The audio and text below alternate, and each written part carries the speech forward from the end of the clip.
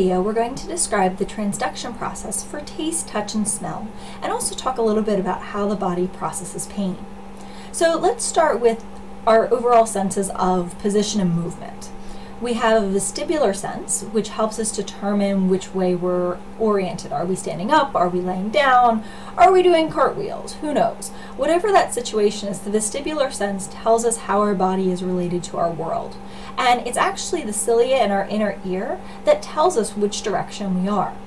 Another major sense is our kinesthetic sense, and this tells us how our different body parts are related to each other. So, for example, one of the reasons that we don't trip over our own feet is because we know how they're actually related to each other. This kinesthetic sense also helps us move around our world. So when you go up steps, for example, you don't always have to look and see where your feet are placed. You're able to think about the overall relationship.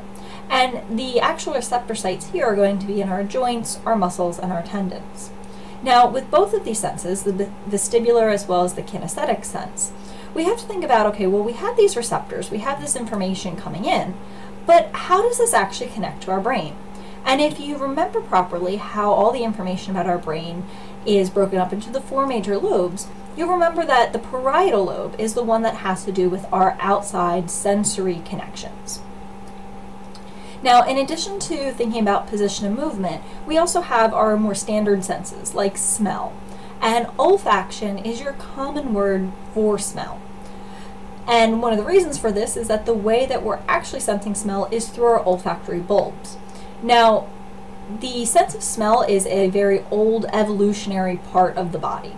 And because of that, it's really a separate part than the brain. This is the only sense that's not relayed through the thalamus. So, for example, in visual sensation, we find that the information is going to go to the thalamus and then work its way back to the occipital lobe and perhaps back to the thalamus and maybe to the frontal lobe. And so the information for our other senses is constantly working in different parts of our brain. But the sense of smell has a very early perceptive process, and that's happening in the olfactory bulbs, which are just below the frontal lobes in the brain. One particular scent that comes up are pheromones.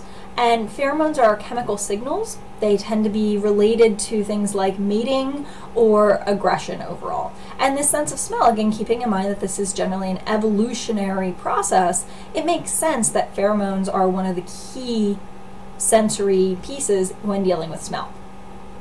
So thinking about the transduction process and how exactly that relates to smell, first of all, we want to recognize where that olfactory bulb is. So as noted, it's directly below the frontal lobe, and it's kind of up into the back of the top of our nose. When we're looking at the overall transduction process, there's certainly a lot going on in the membrane of our nose. We have all of these nerves that are going up and down throughout the nose, but ultimately just recognizing that the transduction process is happening at the very beginning in the nose. We're going to have some cilia and some mucus, and the cilia is the word for the little hairs that we have, happening at the very, very front of our nose. And from that information that's received through the cilia, received through the mucus, that's where the transduction is ultimately happening. Remembering again that the word transduction means that we're going from an external stimuli to a neural impulse. Those neural impulses then go right up to the olfactory bulb for immediate processing. As we continue to look at different sensations and how these are actually processed, we turn to taste. So our tongue is going to be the obvious choice for determining taste. And there's different receptor sites all over our tongue, and these are called the taste buds. However, the taste buds themselves are not where the actual process of transduction is happening. So we have these little things called papillae all over our tongues, and these papillae have the taste buds in them. They're these shaped little objects. But you'll notice that down the sides of the taste buds, down each side of the taste buds, there's these little itty bitty cells. And those are what are called gustatory cells. And the gustatory cells are actually where the processing of this information is happening. It's at the gustatory cells, which have nerves going right down the middle of them, that our external stimuli is actually turning into an overall neural stimuli. And that eventually ends up in the parietal lobe to add information. As we move into yet another sense, we start thinking about our skin and how that can help us with touch. Skin is the largest organ in the body, and this does have to again do with our parietal lobe, since we're dealing with our feelings of sensation, dealing with movement, seeing what's happening. And with our different skin senses, some of the primary senses that we feel, we have touch, we have warmth, we have cold, we have texture, but then we also have pain. And pain as a sensation could come from a variety of things. Some of the questions about pain is whether or not it's going to be a completely physical issue or whether it's mental. And as we've started to do some research, we've found that there's going to be a little bit of both connected to what pain actually is related to. So before I come back and talk a little bit more about pain, let's just mention a kind of unusual difference in how we can view sensation. There's a overall experience called synesthesia. And what synesthesia does is it actually crosses different sensory fields.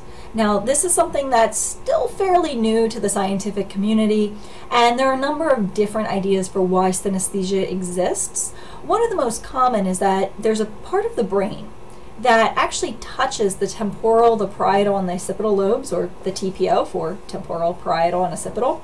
And at this juncture of the brain, where we have all of these different concepts coming together, people who have synesthesia have a very high volume of interneurons, or at least high activity of these interneurons. And many of these interneurons appear to be highly myelinated, meaning that they have these thick coats of myelin sheath over their axons, which helps to not only protect those neurons, but it also helps to speed up the process and speed up the transmissions between the neurons. So ultimately what happens is people with synesthesia are able to use multiple senses simultaneously. These are people who can hear color, and these are people who can taste sound. So we have this connection of these different ideas, and many people don't even realize that they have this condition until much later in their lives, when someone's come and said, hey, I don't hear color. Wow, that's really interesting. And then they go and they look into it and they find out it's called synesthesia. So just recognizing that there are these different kinds of cases, that our sensations really are starting with these neural impulses, but then are also becoming perceptions and related to our overall world. Aside from the synesthesia, just returning back to pain and how exactly that's related to our overall senses, pain is really an intense stimulation. So whereas synesthesia has lots of stimulation going on, this pain now has this more negative intensity associated with it. And the pathways in the brain that have a very strong connection to pain are in the parietal lobe and connecting to our sensory movements, but also our limbic system. So we have our emotions and we have our memories. Ultimately, what this tells us is that pain does have a mental component to it. Ultimately, pain and bad memories actually can hurt because of the strong connection to our limbic system. And to help this pain information actually process through our body, there are specialized nerve cells called nociceptors, and these help us determine what stimuli is not very pleasant, and these are closely connected to our moods and expectations. So if you expect something to hurt, it probably will hurt. And again, bringing in our limbic system, bringing in our memories, we see a close connection with the nociceptors. There's a very particular type of case related to pain that's come across in the last few decades, as particularly veterans from war have come back and had issues with what's called phantom limb. And this is when an amputee has something cut off, so maybe, for example, their leg has been severed, and they're still feeling intense pain from where that leg is. Now, the people who have phantom limb know that their leg is missing, yet they're still feeling these sensations. And there's a therapy called mirror therapy that tends to be used to help treat this phantom limb. The last couple pieces about dealing with pain is we want to recognize that since there is a physical component but also a mental component, if we're able to control the way that our spine and our brain are talking to each other, then we could potentially neutralize the pain, or at least keep it closed within certain areas. And one of the ways that we can deal with pain are with drugs. So examples of drugs might be aspirin, that's going to keep the chemicals from actually talking to each other, or opiates such as morphine, which are going to actually be suppressing those pain messages directly. We just want to remember that even with all of these drugs, the placebo effect does still exist.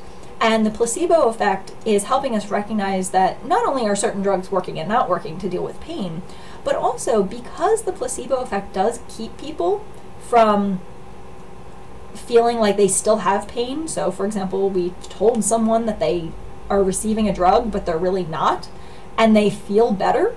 What this placebo effect shows us in terms of pain is that there really is that mental aspect and component.